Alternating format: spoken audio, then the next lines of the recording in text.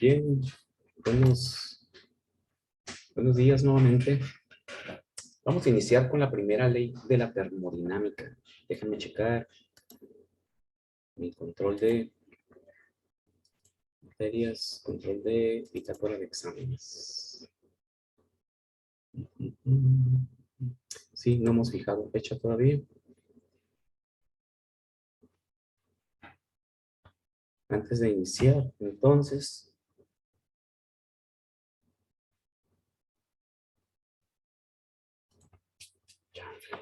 que traigo un hormiguero aquí por la machín.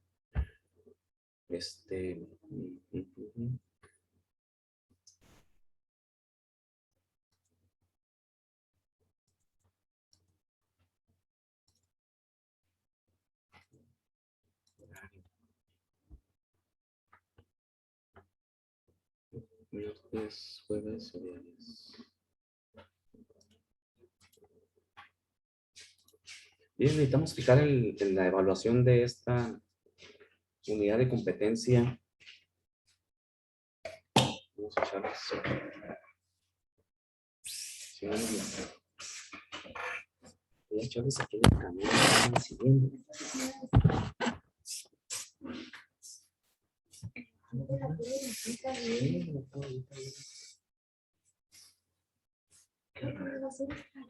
No, no, sí. ¿Quién sabe por qué agarraron ese camino?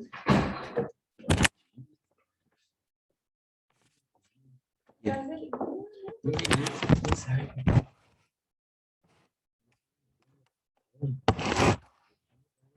Sí.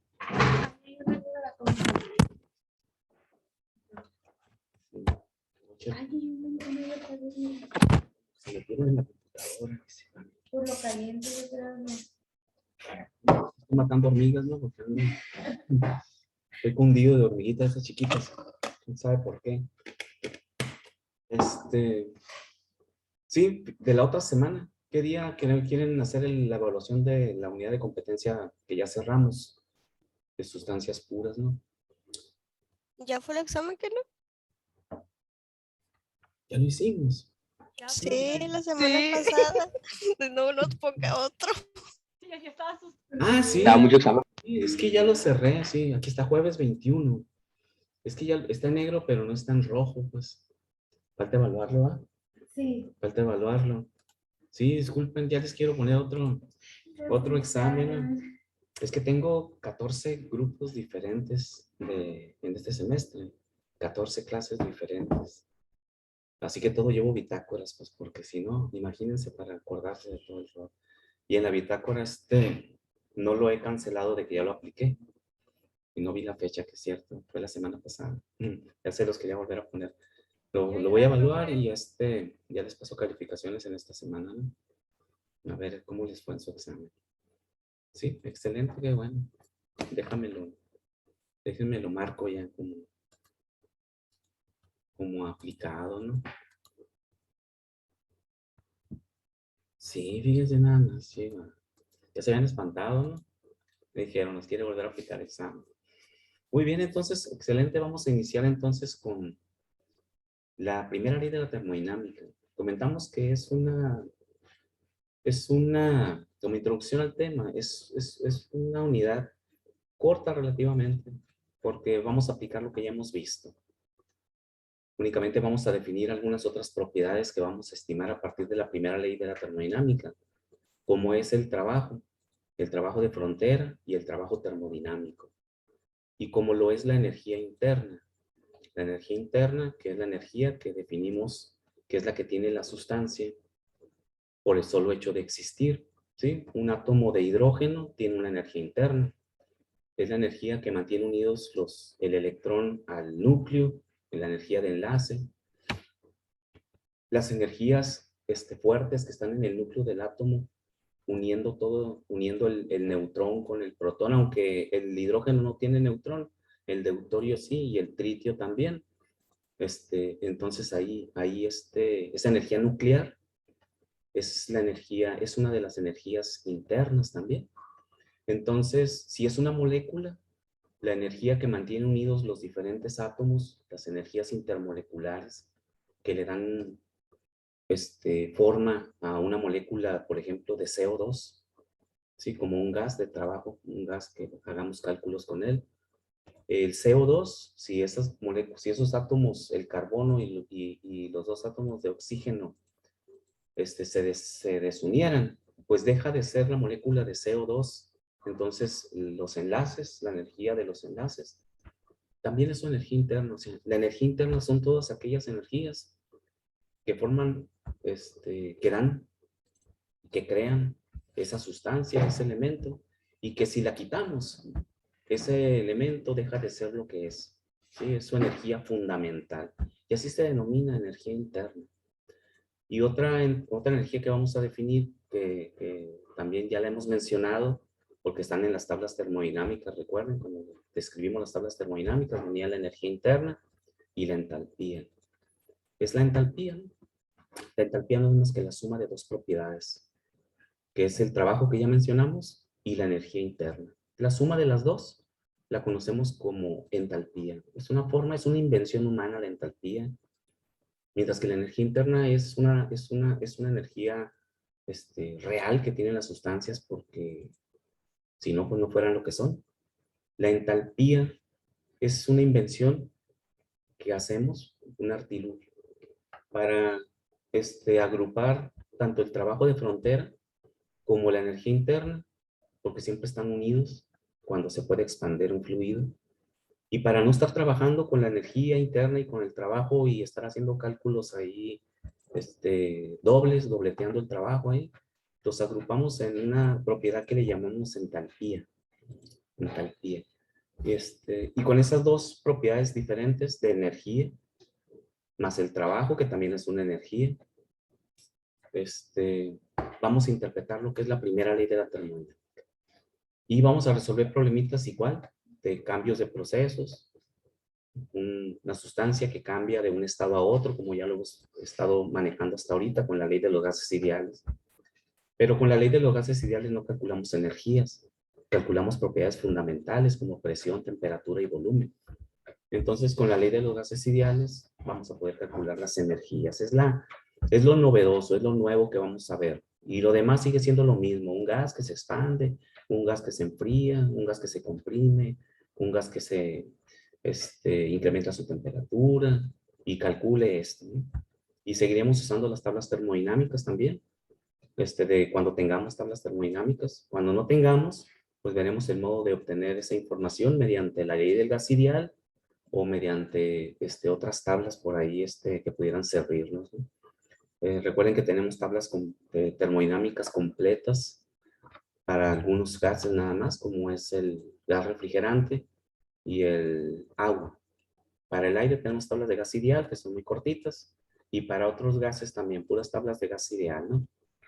Que en su momento vamos a explicar cómo se usan, son más simples que las de agua saturada o refrigerante saturado, ¿no?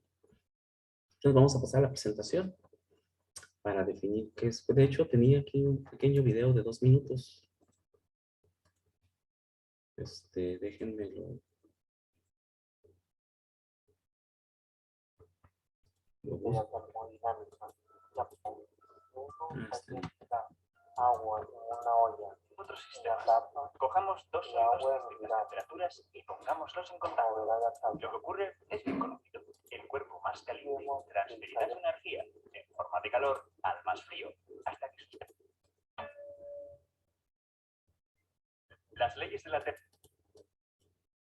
termodinámica.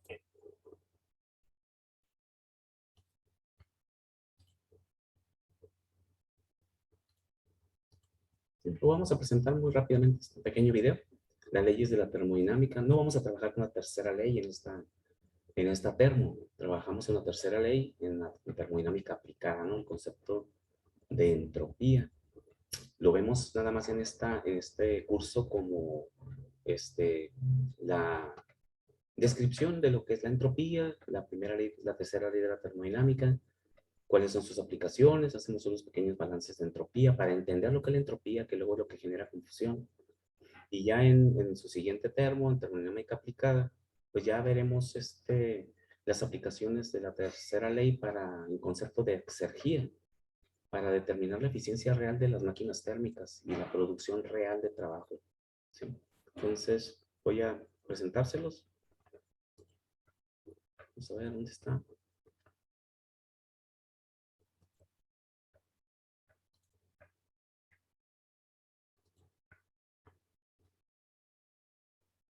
Vamos a ver, vamos a ver. Vamos a dar volumen porque si no, no sé.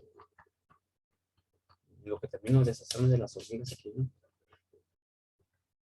Las leyes de la termodinámica en 5 minutos. La idea en síntesis.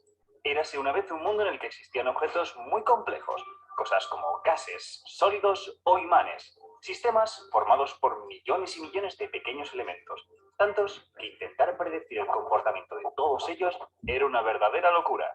Hasta que finalmente los físicos comprendieron que podían estudiar el sistema en sí mismo, como una entidad, y ver qué propiedades tiene a gran escala, sin atender a sus componentes más pequeños ni a las extrañas reglas que las rigen, inaugurando de este modo la termodinámica, cuyos 4 pilares son las leyes de la termodinámica.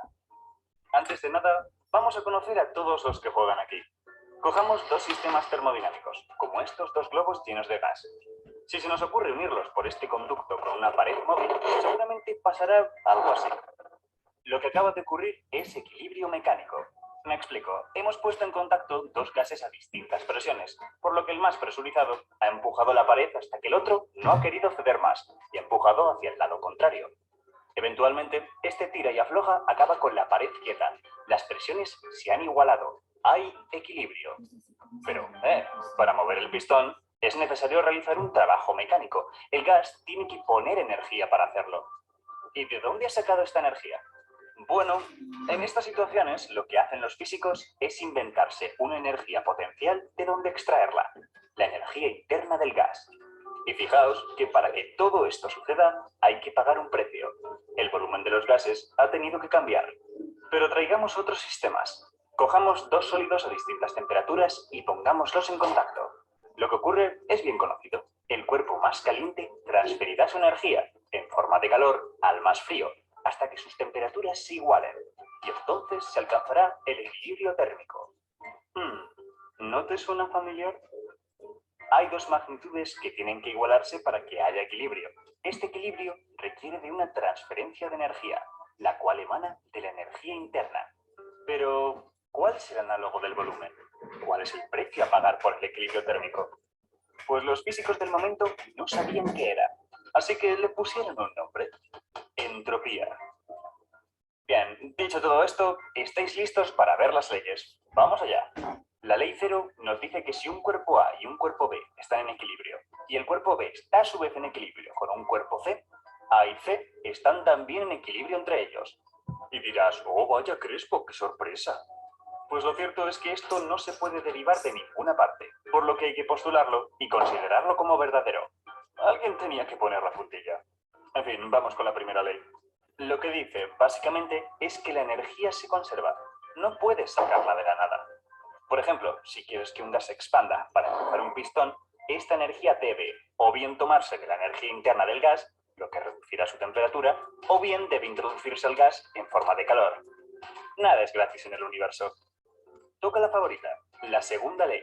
Esta surge en origen de estudiar las máquinas térmicas y hay varias formas de expresarla, pero la más popular es que cualquier proceso termodinámico aumenta o deja igual la entropía del universo, aunque en la mayoría de los casos la aumenta.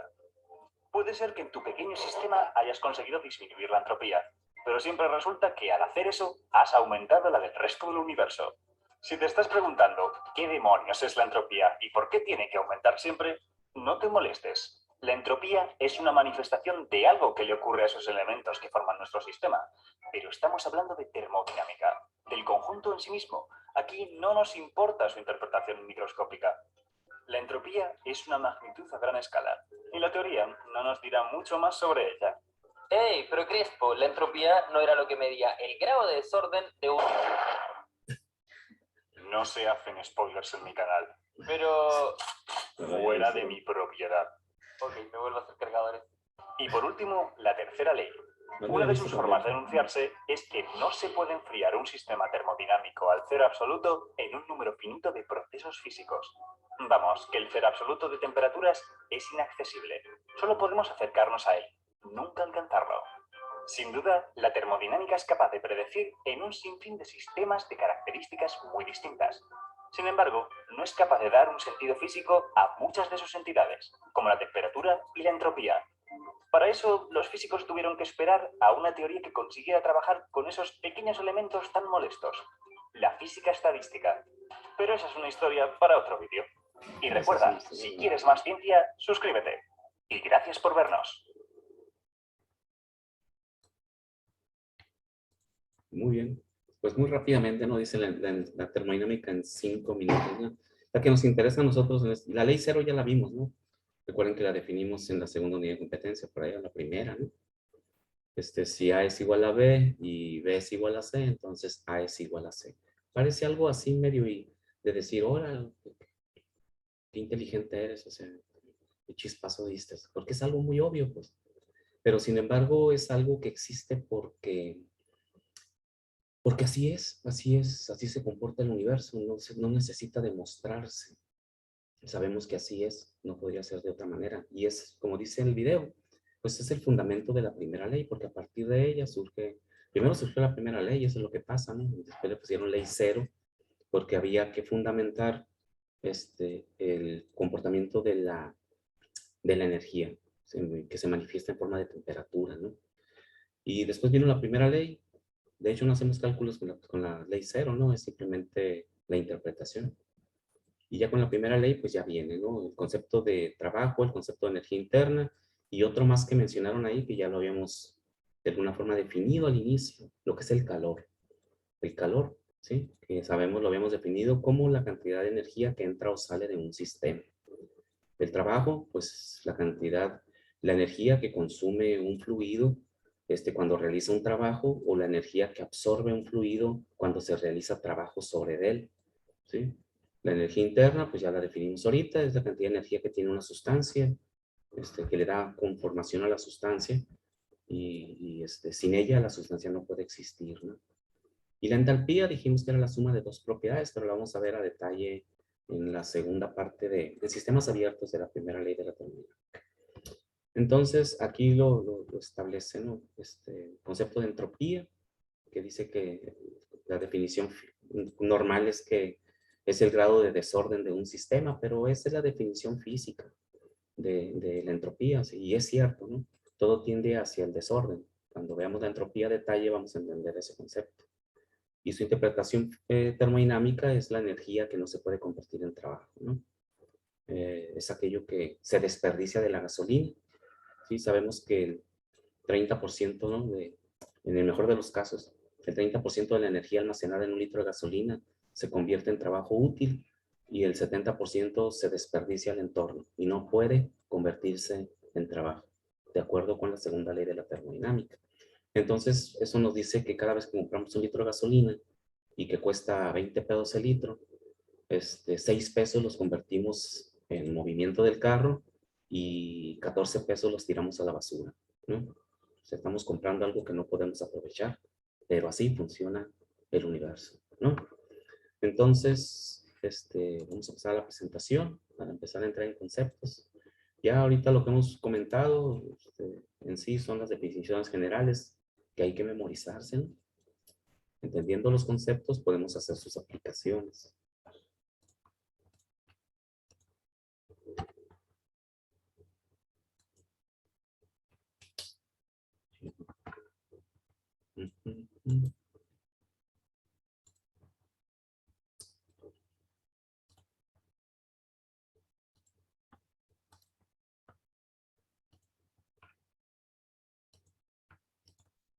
Presentación en PowerPoint no nos sirven para trabajar.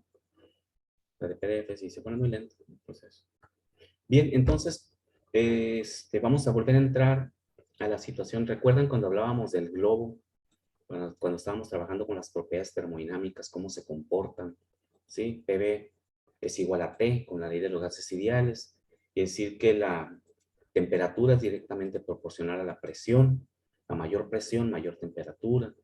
¿Sí? A mayor temperatura, mayor volumen. Estoy en mi mente, tengo la ley de los gases ideales, PV es igual a T, ¿no? Entonces, incrementa la temperatura, incrementa el volumen. Y luego es inverso, ¿no? Si queremos despejar la presión y el volumen, sabemos que la presión es inversamente proporcional al volumen. A mayor presión, comprimimos más una sustancia y disminuye su volumen. Y luego comentábamos que podíamos observar esas propiedades si poníamos un globo, lo inflamos en la sombra y lo ponemos en el sol, con los calorones que hace aquí, vamos a observar que el globo aumenta su tamaño, ¿sí? Y dijimos que, es que como aumenta la temperatura y la ley de los gases ideales nos dice que a mayor temperatura, mayor volumen, ¿verdad? PV es igual a T, si quito la P y la ignoro, B es igual a T. Significa que si crece la temperatura, crece el volumen. ¿Sí? Pero no nos preguntábamos en ese momento por qué crece el volumen, ¿verdad? Simplemente decimos, es que hay mayor temperatura y todos sabemos y hemos observado que aquello que se calienta se expande, incluso los metales, ¿verdad? Un metal caliente tiende a expandirse, un metal frío tiende a encogerse, no en el tamaño y el volumen que lo hace un gas, pero también lo hacen, ¿no? Entonces, no nos hemos preguntado por qué, pues ahora vamos a plantearnos por qué. Porque se ejerce un trabajo. Para que algo se mueva, por definición de trabajo, todos sabemos la definición mecánica de trabajo, ¿no? Si yo estoy aquí sentado, no estoy haciendo un trabajo, pero si me levanto y camino y traslado mi masa esa distancia, entonces decimos que estoy haciendo un trabajo, ¿sí? Entonces todo aquello que se mueve por una fuerza que se aplica forzosamente, ¿verdad? Si no, no podía moverse, tiene que haber una fuerza que mueva una masa. Entonces me levanto, hago fuerza y me traslado, estoy realizando un trabajo. A ese trabajo se le denomina trabajo mecánico, ¿sí? Porque es un objeto que se mueve en función de una fuerza y recorre una distancia. De ahí podemos definir que trabajo es igual a fuerza por distancia. En la definición de trabajo con la que hemos estado en contacto durante las físicas y cuando llevamos físicas y cuando llevamos matemáticas aplicadas y por ahí sale que es igual trabajo, es fuerza por distancia, ¿sí? Y las unidades de fuerza es newtons, la distancia es metro, newton por metro nos da joules. Entonces las unidades de energía en el sistema internacional como el trabajo son los julios, los joules, newton por metro, ¿sí? Ahora, en el globo, ¿cómo se lleva a cabo ese trabajo? El globo o en un gas también se manifiesta la expresión de trabajo de una fuerza por una distancia, ¿sí? Únicamente que lo representamos en la forma en que se comporta un gas y no un cuerpo físico cualquiera que yo puedo empujar. Y si lo empujo, estoy realizando un trabajo sobre el cuerpo. Si se desplaza, es un trabajo. Si lo malo estoy empujando y aunque esté aplicando una fuerza, el objeto no se desplaza, ahí no existe trabajo. Pues en las sustancias ocurre exactamente lo mismo. El gas es el que está ejerciendo la fuerza. ¿Por qué? Porque cuando un gas se calienta o incrementa su energía por cualquier motivo, lo que hacen los átomos o las moléculas del gas es que se vuelven más energéticas. Se incrementa su energía interna. La energía cinética que tienen las moléculas forma parte de la energía interna. El electrón que gira alrededor del núcleo de hidrógeno.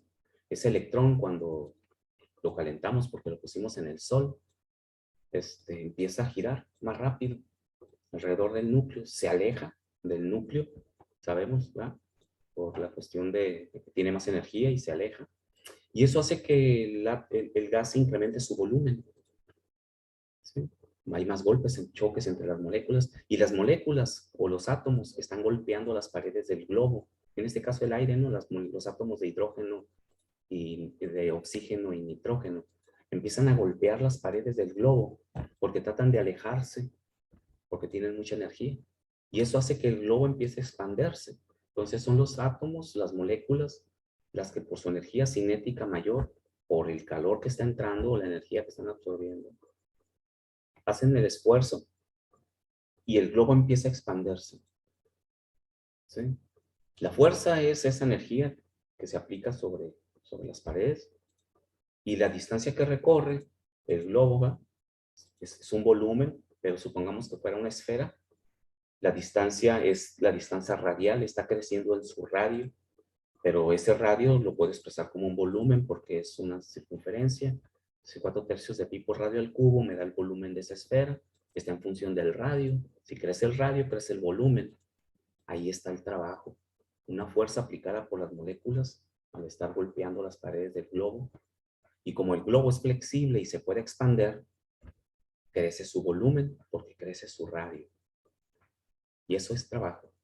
Termodinámicamente, para un gas podemos transformar la ecuación de trabajo mecánico, fuerza por distancia, y nos va a quedar que trabajo termodinámico o trabajo de un gas es igual a la presión por el volumen.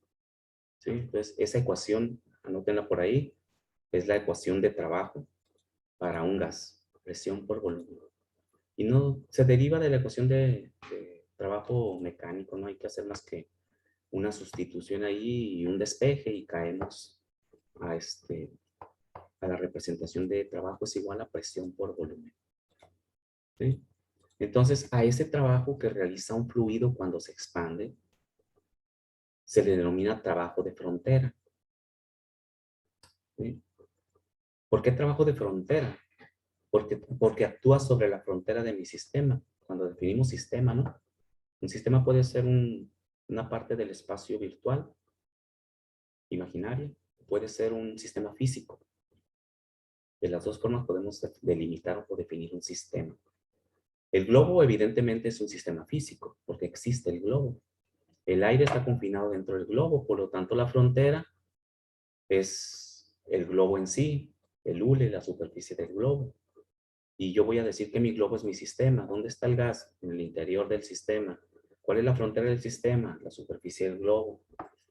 Y luego el sistema también tiene que estar inmerso en un universo, ¿no? Todo aquello que le rodea, los alrededores.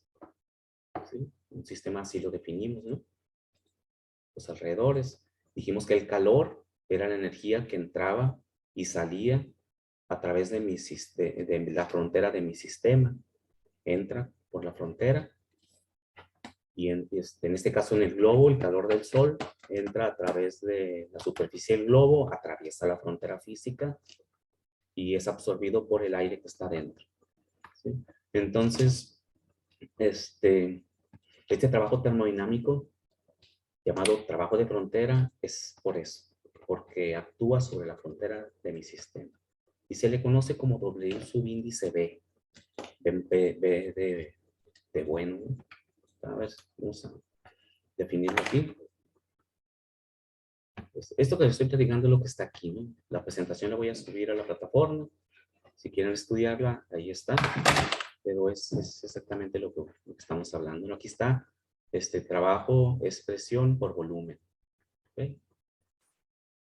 Aquí está, presión por volumen. Ahorita vamos a hablar de esa D que está ahí, ¿no? Pero en forma absoluta, instantánea, trabajo de expresión por volumen. No vamos a entrar ahorita todavía a cambios de volumen. ¿Okay? Entonces, aquí podemos observar, imaginen que vamos a salirnos del globo, porque no es práctico hacer procesos termodinámicos en un globo, ¿no? Es bueno como un experimento. Para hacer estudios termodinámicos de los gases en un laboratorio o en un área de trabajo físico, pues confinamos los gases, como ya vimos, ¿no? En los llamados dispositivos émbolo-pistón, que dijimos que no es más que una jeringa. ¿Ah? Una jeringa, tápenle donde se pone la aguja, póngale un tapón ahí. Eso es un sistema émbolo-pistón. ¿Sí? Y si ustedes sacan el émbolo y luego lo meten, van a ver que si le taparon el extremo de la aguja, cuando metan el émbolo, van a ver que no lo pueden meter hasta adentro. Lo van a meter un poquito, hasta donde puedan comprimir el aire que quedó adentro. Y ya después el pistón ya no puede entrar y si lo sueltan, lo aprietan fuerte y lo sueltan, se regresa un poquito, ¿no? ¿Sí?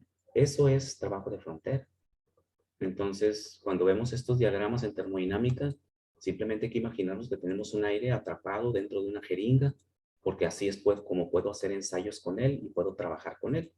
Entonces, ustedes pueden hacer ese experimento para ver el trabajo de frontera. Agarren una jeringa y pónganle aire, séllenla, ¿no? Tapen el hoyito de la aguja y llenita de aire, métanle el émbolo el pistoncito. Y van a ver que no se puede meter mucho. ¿Por qué? Porque el aire atrapado ya no tiene por dónde salir y ya no lo puedes comprimir tanto, ¿no? Si lo comprimimos mucho y no resiste la jeringa, se rompe. Hasta donde puedan, metan el émbolo. Y luego pues, métanlo al refrigerador. Pónganle con una pluma, marquen dónde quedó el nivel de la jeringa y métanlo al refrigerador, al congelador. Y vuelvan en un rato, no mucho, 5 minutos, regresen. Y van a ver que solito el émbolo se metió. Y va a estar más pequeñito el volumen. Se va a meter solito. ¿Ok? Y si lo sacan afuera, entonces sáquenlo afuera, déjenlo sobre la estufa, cerca de la estufa para que se caliente rápido. Y van a ver que solito el émbolo se empieza a mover hacia afuera. Va a llegar a la misma posición donde lo habían marcado. En forma solito el émbolo se va a mover. Por el solo hecho de enfriarlo, se va a meter, ¿verdad? Ya vimos que a menor temperatura, menor volumen, ¿verdad? Entonces, cuando se calienta, a mayor temperatura, mayor volumen, se expande, solito va a hacer el trabajo. Y el hecho de moverse es porque se está ejerciendo un trabajo de frontera, ¿sí? Un trabajo positivo primero y luego un trabajo negativo. Vamos a ver que el trabajo puede ser de dos sentidos. Si lo hago sobre el sistema o el sistema lo hace sobre el entorno. ¿Ok? Entonces, siempre vamos a tener este tipo de gráficos. Simplemente eso representa. Aquí tenemos un gas. Como el émbolo o la jeringa es rígida, en este caso lo único que se puede mover es el pistón. Es exactamente lo que les platicaba ahorita que podemos observar si lo hacemos en el refrigerador. Aquí tenemos un gas, ¿sí? Si calentamos este gas, ¿sí? Cuando lo sacan del refrigerador, el gas está frío. Si lo calentamos, va a ejercer un trabajo de expansión. Y como lo único que se puede mover es el pistón, porque las paredes del cilindro son rígidas, el plástico es rígido, pues únicamente se va a desplazar el émbolo, ¿verdad? El pistoncito. Y observamos entonces aquí, como dice el diagrama, que hay una fuerza, las flechitas son vectores de fuerza, que se aplican sobre el área circular del pistón, ¿verdad? Es una circunferencia, y aplica una presión por un área, ¿ok? Entonces, lo que está cambiando es el volumen. Cuando hay un cambio, en este caso de volumen, o sea, cuando el globo que decíamos que poníamos en el sol pasó de un volumen a otro volumen, ese cambio se representa con la letra de diferencial, que es la D que está aquí, la D minúscula. Esa D, recuerden que en el cálculo diferencial representa todas las pequeñas divisiones o segmentos que yo puedo hacer de en este caso de una distancia, que es la altura del pistón. Lo puedo dividir en partes infinitesimales. Mientras más pequeñas son las partes, mejor puedo sacar un promedio entre ellas. Mientras más chiquitos, ese es el concepto de lo que es la diferenciación, ¿no? Dividir un objeto en partes tan pequeñas que si saco el promedio entre ellas, ese promedio es perfecto, es exacto. Si lo divido en dos nada más y saco el promedio, entre ellos dos, hay un error muy grande si quiero medir esa altura. Pero si lo divido en partes muy pequeñas y saco el promedio de todas ellas, puedo encontrar cómo cambia esa propiedad, en este caso, cómo cambia la altura con respecto del tiempo. Y siempre vamos a también a interpretar ese proceso en función del tiempo. Eso es importante también familiarizarnos con eso. Si el volumen, si el volumen del globo está cambiando porque se calentó, yo debo de interpretar ya termodinámicamente que hay un cambio de volumen, un dB, un cambio de volumen, como dice aquí, dB, con respecto del tiempo. ¿Sí? Siempre está el tiempo presente. Si no pasa el tiempo, no pasa nada, ¿no?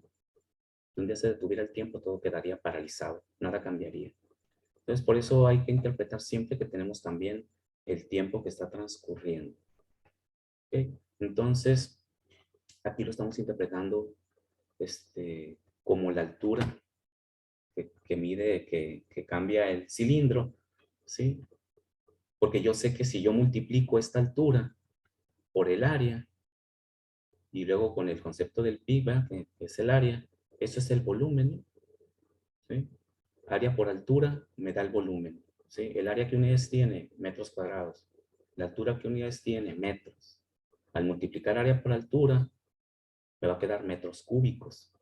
Entonces, el área no cambia, lo que está cambiando es la altura. Entonces, eso ocurre siempre en los gases cuando estamos trabajando con ellos. Es la interpretación de cómo cambia su volumen.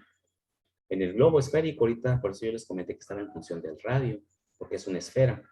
Si cambia el radio, cambia su volumen, porque el volumen es 4 pi por radio al cubo. Pero en un cilindro, que es donde normalmente tenemos confinados los gases en cilindros, el volumen es el área por la altura. En este caso, el área del cilindro por la altura me da el volumen del cilindro. ¿Okay? Entonces, ese volumen que se expresa siempre en un gas, en el trabajo de un gas, presión por volumen, ese volumen pues lo vamos a interpretar en función de la figura geométrica que tenga el dispositivo que tiene almacenado el gas. Si es una esfera, si es un cilindro, pero normalmente vamos a trabajar con cilindros, ¿sí? Siempre. Es más común, ¿verdad? Los tambos de gas, ¿cómo son? Son cilíndricos, ¿no? Los extinguidores de CO2 son cilíndricos, ¿verdad? Es un cilindro. Los tanques donde almacenan el gas, los que nos venden el gas, si lo han visto, son cilindros acostados, ¿no? Mientras que el que tenemos en la casa es un cilindro vertical, ¿sí?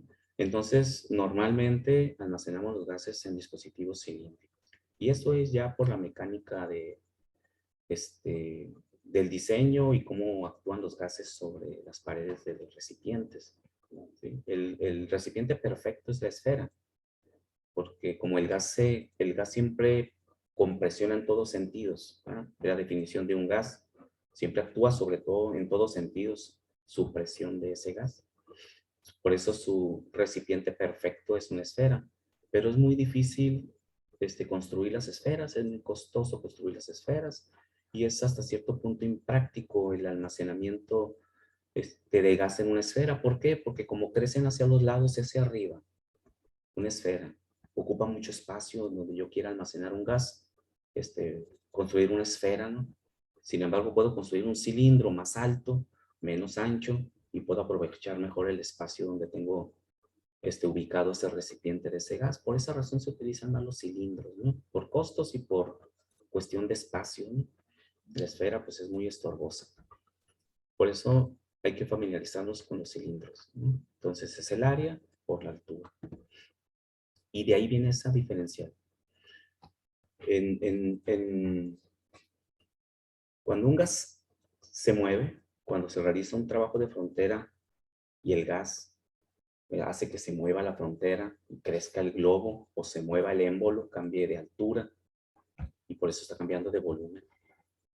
El hecho de que se mueva la presión, se mueva el volumen, indica que la presión es constante, ¿verdad? Eso es algo que tenemos que razonar muy lógicamente.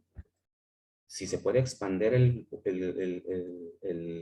recipiente, si se puede hacer un trabajo de frontera sobre el recipiente y cambie su volumen, eso mantiene la presión constante. La presión no va a cambiar, ¿sí? En el globo que pusimos que inflamos cuando estaba frío y que estaba chiquito, tenía una presión adentro. Lo inflamos a cierta presión, ¿verdad? Y quedó, como cambió su volumen, prácticamente quedó a una atmósfera de presión. Porque cuando lo estamos inflando, va cambiando de volumen. Eso hace que la presión adentro se mantenga prácticamente a una atmósfera.